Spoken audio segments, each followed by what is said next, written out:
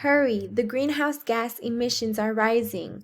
What is that, you ask? Greenhouse gases are fumes, such as carbon dioxide, that enter the atmosphere. This is bad for our planet Earth because it creates climate change.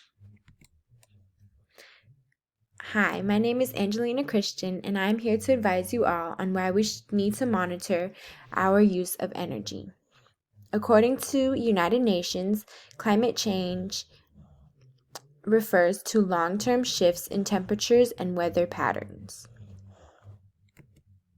This can be bad because it makes our sea levels rise, weather patterns are off, drought expands, more species are becoming endangered, our economy rises, and more. Wouldn't you like to be a part of why our future still exists?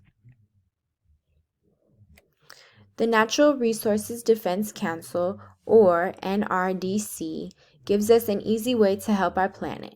They state, by using less of it, or carbon dioxide, we can curb our own contribution to climate change while also saving money. Earth is in our hands, and we need to fix this problem now so we don't end up with an even bigger one later. Thank you.